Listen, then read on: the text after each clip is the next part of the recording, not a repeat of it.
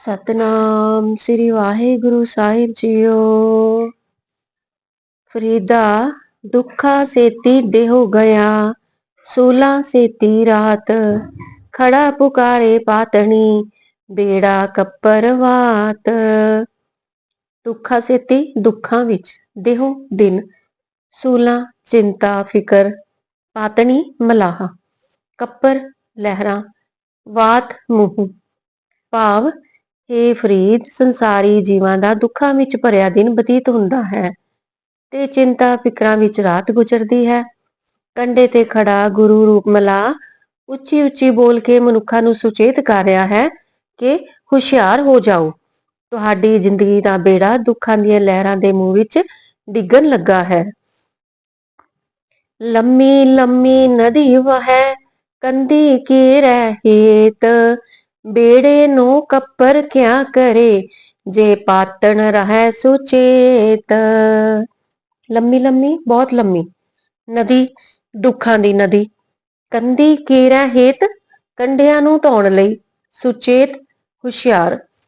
ਭਾਵ ਸੰਸਾਰੀ ਬੰਦਿਆਂ ਰੂਪ ਕੰਢਿਆਂ ਨੂੰ ਢਾਉਣ ਲਈ ਦੁੱਖਾਂ ਦੀ ਬਹੁਤ ਲੰਮੀ ਨਦੀ ਚੱਲ ਰਹੀ ਹੈ। ਇਸ ਨਦੀ ਦੀਆਂ ਲਹਿਰਾਂ ਮਨੁੱਖ ਦਾ ਕੁਝ ਨਹੀਂ ਵਿਗਾੜ ਸਕਦੀਆਂ ਜੇ ਮਨੁੱਖ ਦਾ ਸਤਿਗੁਰੂ ਉਸ ਦੇ ਸਿਰ ਤੇ ਸੁਚੇਤ ਰਹੇ। ਭਾਵ ਗੁਰੂ ਆਪਣਾ ਮਿਹਰ ਭਰਿਆ ਹੱਥ ਸਿੱਖ ਦੇ ਸਿਰ ਤੇ ਰੱਖੇ। ਫਰੀਦਾ ਗਲੀ ਸੋ ਸੱਜਣ ਵੀ, ਇੱਕ ਟੁੰਡੇ ਦੀ ਨਾ ਲਹਾ। ਦੁੱਖਾਂ ਜੋ ਮਾਲੀ ਹੀ ਕਾਰਨ, ਤਿੰਨਾ ਮਾਂ ਪਿਰੀ। ਗੱਲੀ ਗੱਲਾਂ ਨਾਲ, ਇੱਕ ਅਸਲੀ ਸੱਜਣ, ਨਾ ਲਹਾ ਨਹੀਂ ਮਿਲਦਾ, ਦੁੱਖਾਂ ਦੁੱਖ ਰਿਹਾ ਹਾਂ, ਭਾਵ ਦੁਖੀ ਹੋ ਰਿਹਾ ਹਾਂ। ਮਾਂ ਲੀਹ ਸੁੱਕੇ ਗੋਹੇ ਦਾ ਚੂਰਾ, ਪਿਰੀ ਕਾਰਨ ਪਿਆਰੇ ਸੱਜਣਾ ਮਿੱਤਰਾਂ ਦੀ ਖਾਤਰ। ਭਾਵ ਹੇ ਫਰੀਦ, ਗੱਲਾਂ ਨਾਲ ਪ੍ਰਸੰਨ ਕਰਨ ਵਾਲੇ, ਭਾਵ ਗੱਲਾਂ ਨਾਲ ਪਤਿਆਉਣ ਵਾਲੇ ਤਾਂ 20 ਸੱਜਣ ਮਿਲ ਪੈਂਦੇ ਹਨ, ਪਰ ਅਸਲੀ ਸੱਜਣ ਢੂੰਡਿਆਂ ਇੱਕ ਵੀ ਨਹੀਂ ਮਿਲਦਾ। ਮੈਂ ਸੱਚੇ ਸੱਜਣਾ ਦੇ ਨਾ ਮਿਲਣ ਕਰਕੇ ਗੋਹੇ ਦੇ ਚੂਰੇ ਵਾਂਗੂ ਅੰਦਰੋਂ ਅੰਦਰ ਧੁਖ ਰਿਹਾ, ਭਾਵ ਮਨ ਵਿੱਚ ਦੁਖੀ ਹੋ ਰਿਹਾ ਹਾਂ। ਫਰੀਦਾ ਇਹੋ ਤਨ ਭੌਕਣਾ, ਨਿਤ ਨਿਤ ਦੁਖੀਐ ਕੌਣ। ਕੰਨੀ ਬੁਝੈ ਦੇ ਰਹਾ, ਕੀਤੀ ਵਗੈ ਪੌਣ। ਭੌਂਕਣਾ ਭੌਂਕਾ, ਦੁਖੀ ਹੈ ਕੌਣ, ਕੌਣ ਦੁਖੀ ਹੁੰਦਾ ਰਹੇ। ਕੰਨੀ ਕੰਨਾਂ ਵਿੱਚ, ਕੀਤੀ ਕਿੰਨੀ। ਭਾਵ ਹੇ ਫਰੀਦ, ਮੇਰਾ ਸਰੀਰ ਤੇ ਭੌਂਕਾ ਹੋ ਰਿਹਾ ਹੈ, ਭਾਵ ਇਹ ਹਰ ਵੇਲੇ ਕੋਈ ਨਾ ਕੋਈ ਕਲਪਨਾ ਖੜੀ ਕਰ ਹੀ ਰੱਖਦਾ ਹੈ। ਇਸ ਦੀ ਖਾਤਰ ਕੌਣ ਹਰ ਰੋਜ਼ ਦੁਖੀ ਹੁੰਦਾ ਰਹੇ।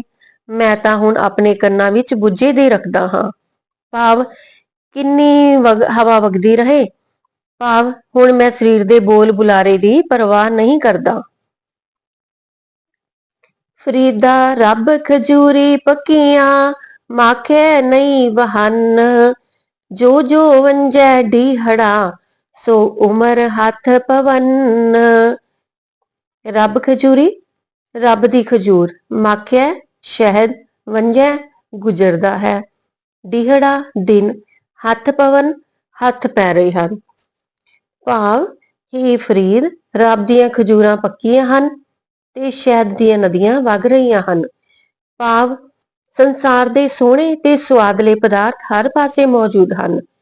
ਇਹਨਾਂ ਪਦਾਰਥਾਂ ਨੂੰ ਭੋਗਦਿਆਂ ਮਨੁੱਖ ਦਾ ਜਿਹੜਾ ਦਿਨ ਬੀਤਦਾ ਜਾ ਰਿਹਾ ਹੈ, ਉਹ ਮਾਨੋ ਇਸ ਦੀ ਉਮਰ ਨੂੰ ਹੱਥ ਪੈ ਰਹੇ ਹਨ। ਭਾਵ ਮਨੁੱਖ ਦੀ ਉਮਰ ਦਿਨੋ ਦਿਨ ਘਟ ਰਹੀ ਹੈ। ਫਰੀਦਾ ਤਨ ਸੁੱਕਾ ਪਿੰਜਰ ਥੀਆਂ, ਤਲੀਆਂ ਖੂੰਢੈ ਕਾਗ। ਅਜੇ ਸੋ ਰੱਬ ਨਾ ਬਹੁੜਿਓ, ਦੇਖ ਬੰਦੇ ਕੇ ਭਾਗ। ਥੀਆ ਹੋ ਗਿਆ ਹੈ, ਪਿੰਜਰ ਹੱਡੀਆਂ ਦਾ ਢਾਂਚਾ, ਖੁੰਡ ਹੈ ਠੂੰਗ ਰਹੇ ਹਨ, ਕਾਂਗ ਕਾਗ ਕਾਂ। ਅਜੇ ਅਜੇ ਵੀ, ਨਾ ਬਹੁੜਿਓ ਨਹੀਂ ਤੁਠਾ। ਭਾਵ ਹੇ ਫਰੀਦ, ਵਿਸ਼ੇ ਵਿਕਾਰਾਂ ਵਿੱਚ ਖਚਤ ਹੋਇਆ ਮੇਰਾ ਇਹ ਸਰੀਰ ਕਮਜ਼ੋਰ ਹੋ ਗਿਆ ਹੈ ਤੇ ਹੱਡੀਆਂ ਦੀ ਮੁੱਠ ਰਹਿ ਗਿਆ ਹੈ, ਫਿਰ ਵੀ ਮੇਰੀਆਂ ਤਲੀਆਂ ਤੇ ਕਾਂ ਠੂੰਗੇ ਮਾਰ ਰਹੇ ਹਨ। ਭਾਵ ਦੁਨਿਆਵੀ ਪਦਾਰਥਾਂ ਦੇ ਸਵਾਦ ਮੇਰਾ ਪਿੱਛਾ ਨਹੀਂ ਛੱਡਦੇ। ਮੇਰੀ ਐਸੀ ਮੰਦੀ ਦਸ਼ਾ ਹੋ ਗਈ ਹੈ, ਪਰ ਅਜੇ ਵੀ ਰੱਬ ਨੂੰ ਮੇਰੇ ਤੇ ਤਰਸ ਨਹੀਂ ਆਇਆ। ਵੇਖੋ, ਮੇਰੇ ਭਾਗ ਹੀ ਇਹੋ ਜਿਹੇ ਬੁਰੇ ਹਨ। ਕਾਗਾ ਕਰੰਗ ਟੰਢੋਲਿਆ, ਸਗਲਾ ਖਾਇਆ ਮਾਸ। ਇਹ ਦੋਏ ਨੈਣਾ ਮਤ ਛੂਹੋ, ਫਿਰ ਦੇਖਣ ਕੀ ਆਸ।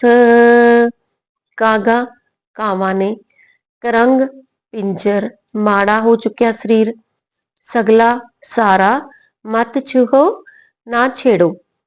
ਭਾਵ ਦੁਨਿਆਵੀ ਪਦਾਰਥਾਂ ਦੇ ਚਸਕਿਆਂ ਰੂਪੀ ਕਾਵਾਂ ਨੇ ਮੇਰਾ ਸਾਰਾ ਪਿੰਜਰ ਫੋਲ ਮਾਰਿਆ ਹੈ, ਮੇਰਾ ਸਾਰਾ ਮਾਸ ਖਾ ਲਿਆ ਹੈ। ਰੱਬ ਦਾ ਵਾਸਤਾ ਜੀ, ਮੇਰੀਆਂ ਇਹਨਾਂ ਦੋਹਾਂ ਅੱਖਾਂ ਨੂੰ ਨਾ ਛੇੜਨਾ, ਕਿਉਂਕਿ ਇਹਨਾਂ ਅੱਖਾਂ ਨੂੰ ਪਿਆਰੇ ਪ੍ਰੀਤਮ ਪਿਆਰੇ ਪਰਮਾਤਮਾ ਨੂੰ ਵੇਖਣ ਦੀ ਆਸ ਲੱਗੀ ਹੋਈ ਹੈ। ਕਾਗਾ ਝੂੰਡ ਨਾ ਪਿੰਜਰਾ, ਬਸੇ ਤਾਂ ਉੱਡਰ ਜਾਹੇ। ਜਿਤ ਪਿੰਜਰੈ ਮੇਰਾ ਸੋ ਬਸੈ, ਮਾਸ ਨਾ ਤਿੱਦੂ ਖਾਹੇ। ਢੂੰਡਣਾ, ਠੁੰਗ ਨਾ ਮਾਰ, ਬਸੈ ਜੇ ਤੇਰੇ ਵਸ ਵਿੱਚ ਹੈ ਤਾਂ, ਜਿਤ ਜਿਸ, ਤਿੱਦੂ ਉਸ ਸਰੀਰ ਦਾ। ਭਾਵ, ਹੇ ਕਾਵਾਂ, ਜੇ ਤੇਰੇ ਵਸ ਵਿੱਚ ਇਹ ਗੱਲ ਹੈ ਤਾਂ ਮੇਰੇ ਪਿੰਜਰ ਵਿੱਚ ਠੂੰਗੇ ਨਾ ਮਾਰ ਤੇ ਇੱਥੋਂ ਉੱਡ ਜਾ।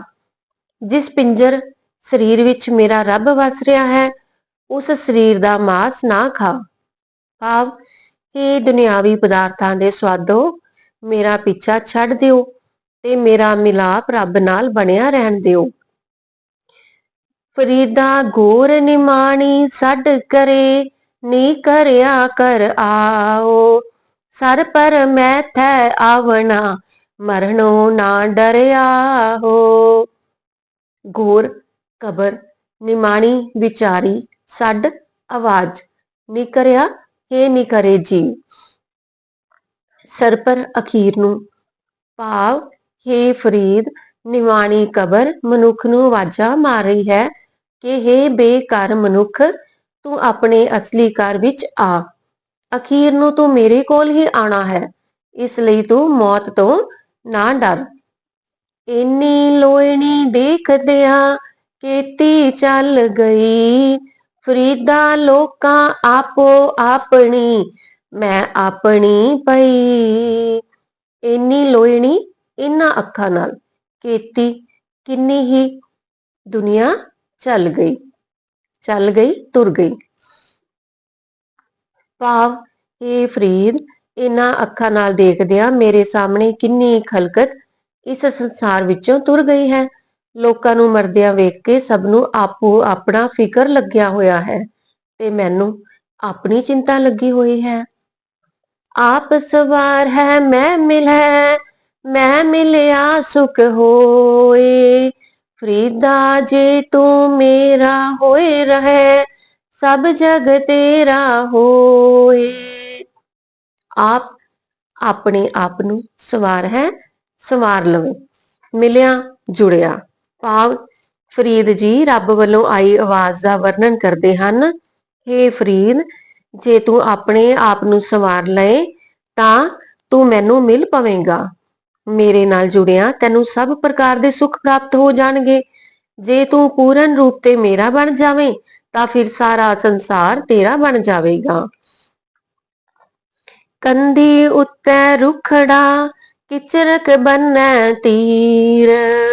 ਫਰੀਦਾ ਕੱਚੇ ਪਾਂਡੇ ਰੱਖੀਐ, ਕਿਚਰ ਤਾਈ ਨੀਰ। ਕੰਧੀ ਕੰਡਾ, ਰੁਖੜਾ ਬ੍ਰਿਜ, ਤੀਰ ਤਰਵਾਸ, ਕਿਚਰ ਤਾਈ ਕਿੰਨਾ ਸਮਾਂ, ਨੀਰ ਪਾਣੀ।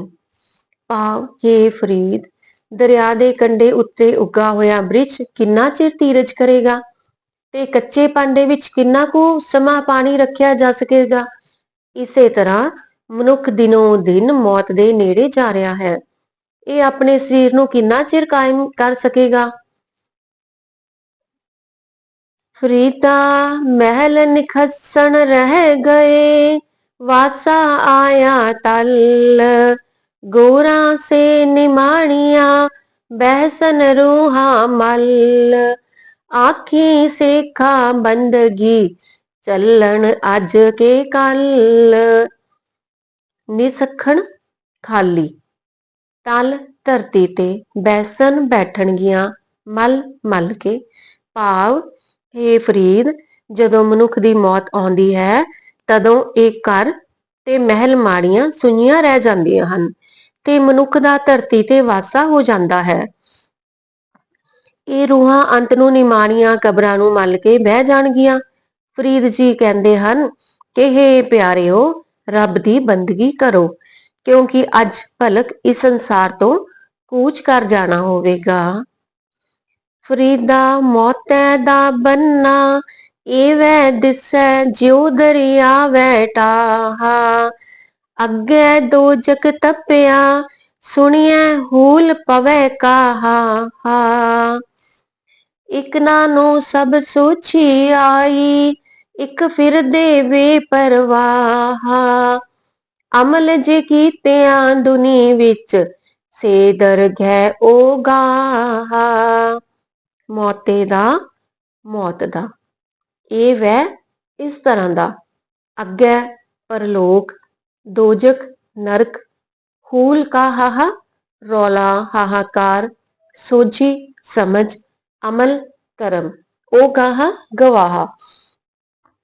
ਭਾਵ ਹੇ ਫਰੀਦ, ਮੌਤ ਰੂਪ ਨਦੀ ਦਾ ਕੰਢਾ ਇਉਂ ਹੈ ਜਿਵੇਂ ਦਰਿਆ ਦਾ ਕੰਢਾ ਢਹਿੰਦਾ ਜਾਂਦਾ ਹੈ।